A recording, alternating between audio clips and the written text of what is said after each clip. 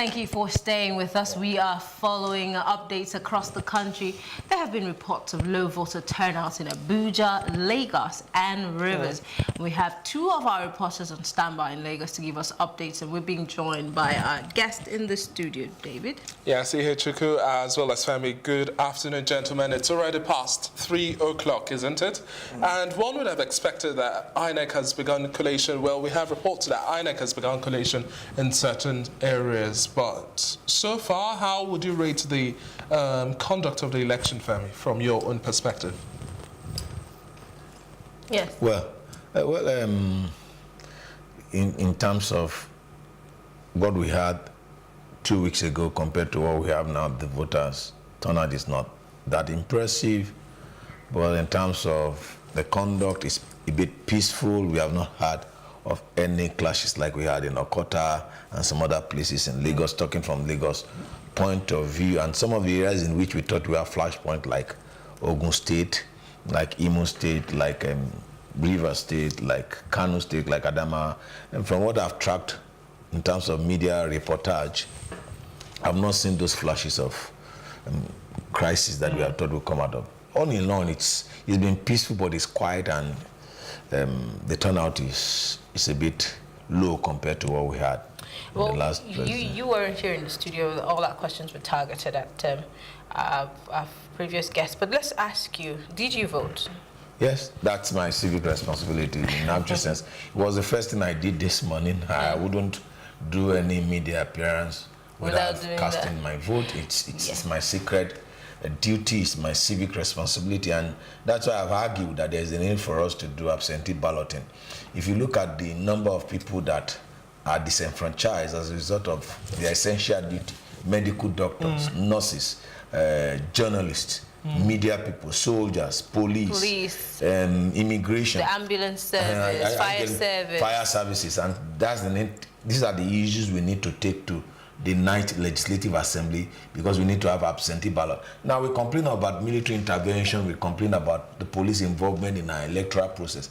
If you vote before going on duty as a police, as a military man, and you have your own biases, you will not support any kind of process that want to truncate your own civic duty which you have performed. We need to put this into the front burner, that the police, the army, the navy, the civil defense, and all other people involved in essential duties must participate in the process. Because if you become a stakeholder, you'll be interested in the thoroughness of the process. Julia, you seem quite interested or passionate about having inclusion. Now, in your polling unit where you cast your vote, did you see the separate queue that was created for persons with disabilities? Unfortunately, there were no people with disabilities where I voted, but I recall last week preferences was given to pregnant women, the aged, and I'm sure since that inclusion was taken consideration of, I'm sure people. I ask this question because all across the reports that we've also gotten and feelers as well, so far we haven't seen the low turnout actually affected persons with disability the most, because everybody's just saying, well, it's as if we don't have them in the States. Well, if you look at, they had bad experiences from February 23rd. No, it's not even that. If you look at the conduct of 2019 election, starting with the postponement of the election, coupled with the various challenges we have in February 23rd, and the move towards this election we had today, and the various drumbeat, left, right, and center, there will be violence, the ethnic rivalry that was created, for example, in Lagos, the tension that is enough to dissuade people from going out to vote in the election. And I'm sure the political class have learned their lesson, that for us to have a proper viral democracy, there must be an inclusion. An inclusion that creates an atmosphere that I can go out and cast my vote for whoever I think and whoever I feel would best represent my interests without any fear of intimidation or suppression of voting by military agencies. Quickly weighing on this now, the chairman, Mushin Local Government Council of Lagos State, Emmanuel Bangboye, has advised INEC not to involve or engage NYSC core members from this time onwards. Instead, we should use teachers or civil servants because they are inexperienced. Forget about the claims that INEC hasn't paid them and a whole lot more, but it says, well, they are inexperienced in their handling and coordination or assistance that they render. Do you think that's a valid stance to be pushing at this time when we are looking at so many issues with welfare of ad hoc staff? No, I don't think so. And I think that with all due respect to his comments, I think that the politicians should stick to their job of politics because the truth of the case is that these core members are, to a large extent, they have been strategic in every election, in every electoral process, and that is because to a very, very large extent, it's been so far with the experiments we've done, it's been a bit difficult to manipulate the core members. And I say this because I've been involved in 3 electoral processes, and I've been actively hands-on involved in terms of not just voting, but being able to go around. And you see that for them it's an exciting patriotic duty. So I think that we should not bring in any sentiments into it. The core members, for me, have been good. They've been fantastic. What I think should be done is that their welfare should be improved. I think that they should be taken better care of. I think that their emoluments should be made hazard allowances. I don't like the situation whereby you show us footages, and we're seeing footages of core members who are sleeping outside. No good preparations for them. I mean, that is the area I think that it should be worked on. I don't think that teachers who have teaching jobs, who possibly have allegiances in their various states to people who they serve or who they obey, who they listen to, should be brought in to the electoral process. I think that should not even be thought about in any way at all. Okay. I think they should just be Let me just weigh in on that. It doesn't matter whoever they want to use. Like he said, if you take good care of their welfare and look at the environment in which we vote, look at the atmosphere. It has nothing to do with whether they are core members or they are teachers. Now, if the process, if the logistics is not right, whether you use teachers or whether you use corpers, there will be a problem. Now, the chairman was not talking about the kind of pain and sacrifices that the corpers went through the last time we had the election, that they were sleeping on mat as a local government chairman. Let me zero down to his own local government. What logistics did he provide for INEC ad hoc staff, whether they are core members or they are teachers? They are human beings, they are Nigerians. What is the value that we place in the life of an average Nigerian? And some would say you can't say they are inexperienced because INEC has had consistent training for this. Even the ad hoc staff themselves, they go through trainings. Majority of the ad hoc staffs are teachers. We post them to schools to teach. Are they not teachers? Most of us that did our youth service called served as teachers. So I don't know what the chairman. What the chairman. Sometimes you need to. We need to rein in our elected public officials for them to understand that they have a responsibility. As the local government chairman is a mayor, it's his own responsibility to create the conducive environment. Now, has he created that conducive environment in his own local government before putting responsibility back to INEC? In actual sense, you know, the local government is meant to the EU, the electoral officer per local government is meant to be domiciled in a local government. In the local government. Now, what allocations did the local government made every month for 48 months before the election? If you ask him the question, these are the questions. There are a lot of issues some of us are going to throw out in the front burner after this election, because we always limit democracy to election. Election is just part and parcel, one of the component part of you having a democratic society, free and fair election. What are the other processes before the election? In terms of voters' awareness, in terms of voters' education, what role did they play in terms of providing the polling units? Look at our polling units. Do they even really look like polling units? They don't. These are mobile polling booths, and you know, and these are some things that keep them open for possible hijack of ballot boxes, because they have the local government. There are 3 major stratas of government: the federal, state, and local government. And when you pass those things directly to each domiciled local government, it is now behoving on the local government chairman to provide the enabling environment. So would you say we should have permanent polling units structures, permanent structures this time around? No, Because we've seen the footages technology and all has of made those. life easier. The environment is not clean, first and foremost. Yeah, 99% of the environments are not clean. 99. I knew where I voted. Look, for example, I've lived in my own community for more than 45 years. So I know my community like the back of my hand. I can tell you where all the polling units are. And I've participated in the political process in that community for 20 years before going on sabbatical. 12 years ago. So all our polling units are not polling units. They are shops, tall, open places of other people's. Now, the question we ask is, are their money voted to provide shelter for people doing voting?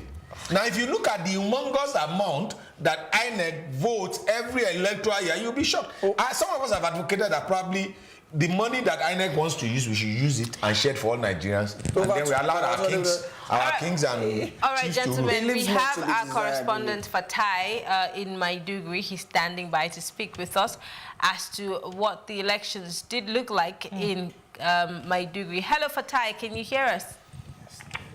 Yes, I can hear you. Hi, how are you doing? Tell us exactly what the situation was like in Maiduguri, the polling unit that you covered, and so far, have they started collation?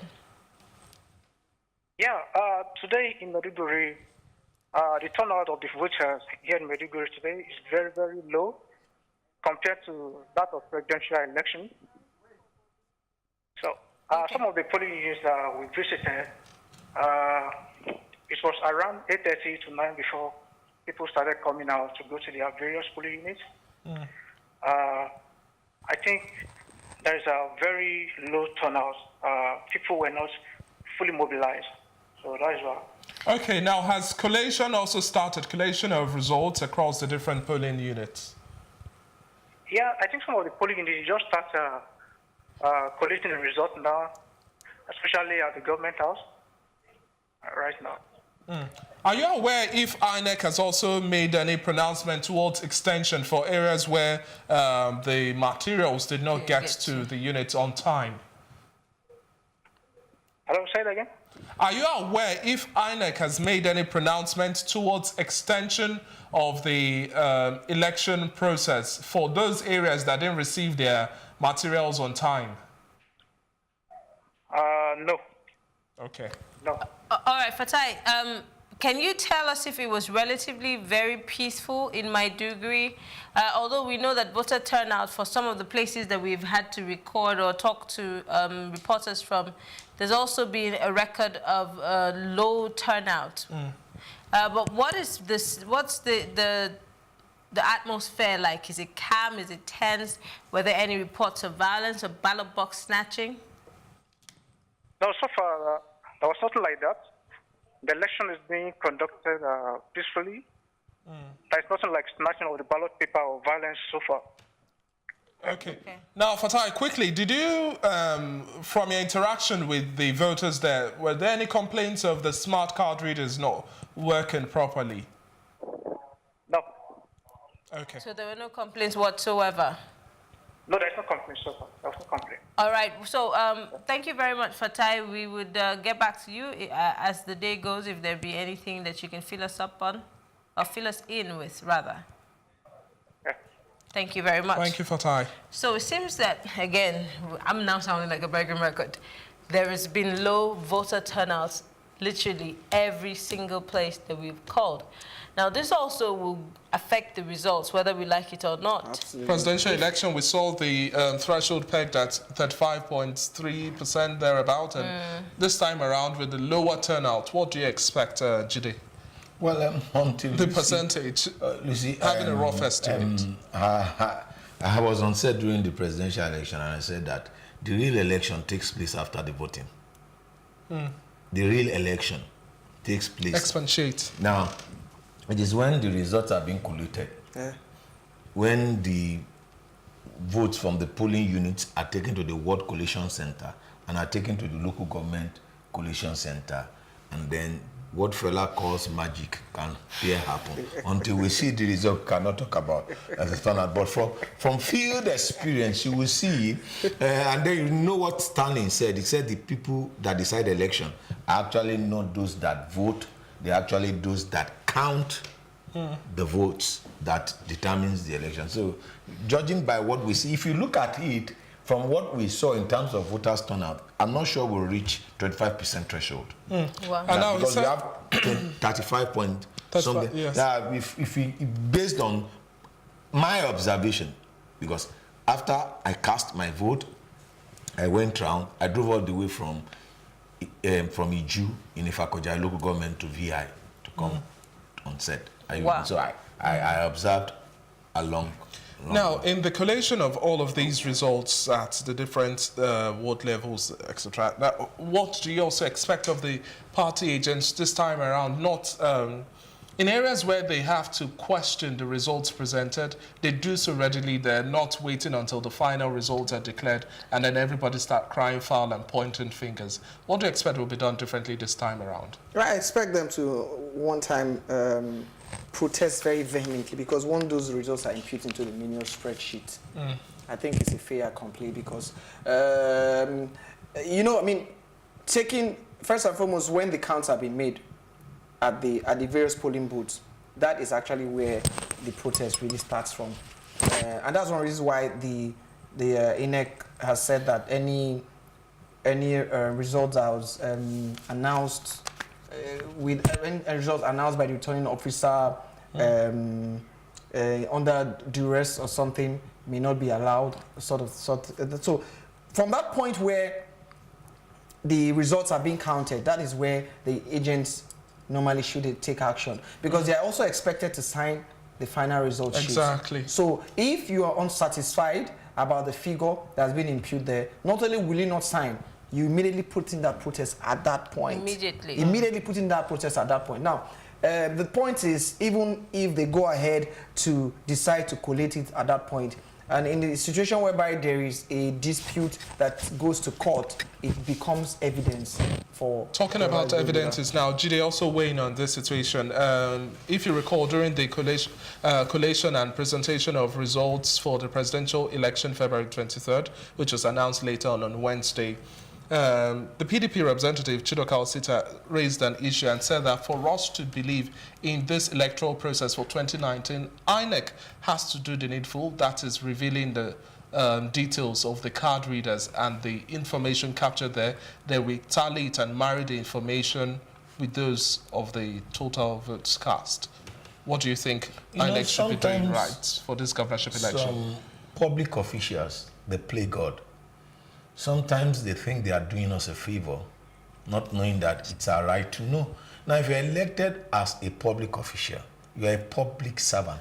Now, the word servant, you're a public servant. You are serving the public. The word servant is from the word serve. The root word is serve. Okay. You are meant to serve the people. And if you are serving someone, for example, if a waiter is waiting on me and is serving me, if I make a request on the waiter, he is duty bound to provide it for me. Now, the reverse is the case in Nigeria. You see a public servant lording over the people. If you are an INEC official, you are a local government chairman, you are a governor, the citizen are your employer, you are the employee. So when they require of you to provide them with valid information, it's your responsibility. Now, the INEC chairman, his allegiance is not to the president, it's not to PDP, it's not to APC, it's not to any political party, it's not to the chief of army staff or the IGP. His responsibility is to the Nigerian people. And when there is we desire the right to know and the right to be explained to, how often do public officials give account of what they do? That's accountability. People tend to limit accountability to balance sheet. Money spent and money allocated. Are you getting my point? But accountability is giving regular account to the people. For example, the INEC chairman owes us a responsibility to explain to us without even us asking him. He says they are going to work on it, but if everybody has raised, reports have raised, flagged the elections fraught with all sorts of irregularities, that singular gesture would help calm the nerves of Nigerians, believe in the integrity of INEC and the process. Those are the issues we will take to the 9th National Assembly for them to legislate on concerning Electoral Act, the review of the Electoral Act. You see, every society, once they are, look, for example, one of the off-cycle election, one of the challenges we had with off-cycle election was vote buying. And that issue it was thrown into the front burner of discussion, and that became an issue that was tackled with this present electoral cycle. We didn't witness what we witnessed in Anambra, in Edo, in Osun, in Ekiti, and what have you. The public display of vote buying, we didn't witness that, and we saw EFCC going all around arresting people with cash. That issue was dealt with. There are other issues that will come up, but we must not go to sleep and wait until 2021 before we start the But that's process. what is going to happen. That's what, because, you know, if you recall, you spoke about Ekiti Osun, where they were giving out, and look, vote buying here, let me be very clear with you here. Vote buying is not restricted only to exchange of cash. Vote buying can also be when you give goods. When they are giving Indomie, they are giving food stuff, they are giving biscuit. And guess what? It is real. It is real. So it's as if in the full cycle of 4 years before any election, they wait till maybe 6 months or 7 months before preparation starts. They begin to push for budget. And that is one of the reasons why we are facing some of the issues that we are facing. All right, we need to join our correspondent, Mary Chinda. And she's based in Ikoyi. Hello, Mary. Hello. Now, quickly, bring us up to speed. Fill us with as much information as possible. What's happening exactly at the polling units where you are? Okay, thank you very much, David. Just again, I am at the polling units at Latif Jakonde, polling units code 019 at Ikoyi in the Tiosa local government here in Lagos. Right now, the results have already been counted. The results for this polling unit has already been counted. Okay, apart from it being counted, has it been imputed and posted or pasted at the polling unit, or they're still on it? It has not been posted officially, but the counting has already been done. The final counting has already been done. Voting here, people were done voting at about 2:30, and counting had already started. Didn't take quite a long time, but the results so far shows that out of 505 persons who were expected to be voting here, just a total of about 157 persons turned out to vote, and that speaks a lot about low voter turnout. The APC candidates, Babajide Sanwo-Olu, polled 124 votes. That's the APC, and then the PDP, Jimmy Abaji, polled 26 votes. The YPP polled 1 vote, and the candidate of the ADC polled 2 votes. 4 votes were actually voided. Voided votes. Okay, now, Mary, are there some other voters still just waiting for the posting of the results? How is the situation there? Do we have the voters still waiting behind to monitor the process? We had voters waiting behind to monitor the process, but as I speak to you now, as at 3:45, most of the voters have practically dispersed. We just have the presiding officers who are here trying to get the final results to the collation center that is close by. Practically almost every voter has left this place, and this is what the result is as it now. APC 124 votes, PDP 26 votes. The YPP 1 vote, ADC 2 votes, and 4 votes were voided votes. Okay, thank you very much, Mary, and please fill us with other information as you get them. Thank you very much. Thank you very much, David. All right. So now, gentlemen, we have the polling unit there in Ikoyi. They are already counting results and a whole lot more. So if we are going by the figures that Mary presented us with, out of 505, we just have 157. That's barely close to 1/3 or 20%. 20. I did it. It's 28%. 20% of the total registered voter. Using that polling unit as an index to measure for the old polling unit, we've said it that the turnout of voters is poor. And we have a responsibility. This is, you know, in the last election, we had 84 million registered voters. Less than 34 million people came out to vote. And whoever emerged as the president did not even have up to the threshold of 50% of the registered voter. And that's why some of us have argued democracy is the government of the people, majority of the minority that voted. How do you mean? Yeah, if you look at now, sorry, say that again. Government of the majority of the minority that voted. Now, if you check the 34%, now, for example, the president of Nigeria secured his mandate with less than 60 million votes. Do a calculation of 60 million votes out of 84 billion.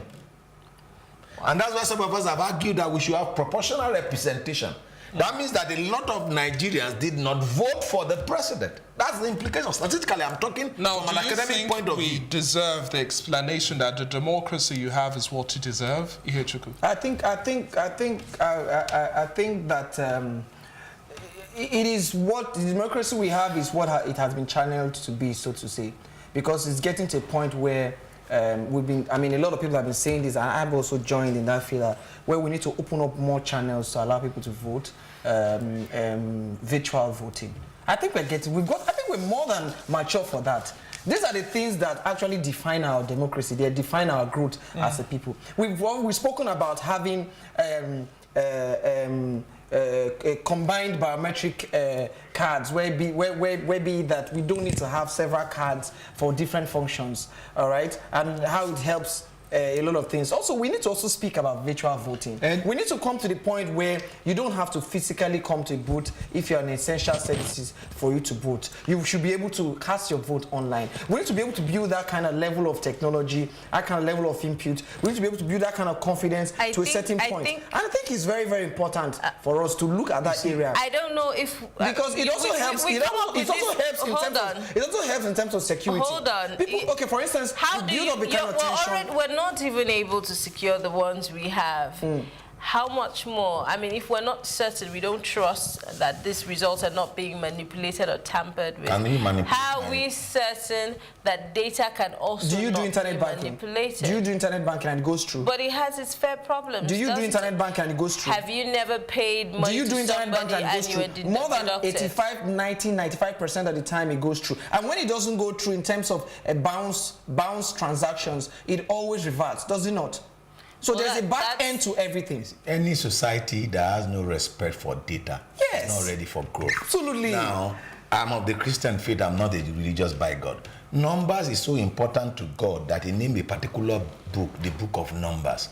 Now, we live in a society where we don't even know the actual figures of the total number of Nigerians. Now, we need to synchronize and synthesize the way we collect data. For example, I'm not doing advert for the banks. Now let's assume that we give the production of PVC to a particular bank in one geopolitical zone. We give to another bank in another geopolitical zone. So if we could have TSA, why can't my PVC be the same thing with my national ID card? Exactly. Why can it not be the same thing with my driver's license? Exactly. Why can it not be the same thing with my BV tax clearance? Yes. Are you getting my point? So but because we want to waste public funds in Nigeria, we have duplication of responsibility. Multi-duplication. 10 agencies will be collecting the same data from me, and government will be voting. If we are not serious, if we are serious with it, if we are really serious with it, there's nothing stopping us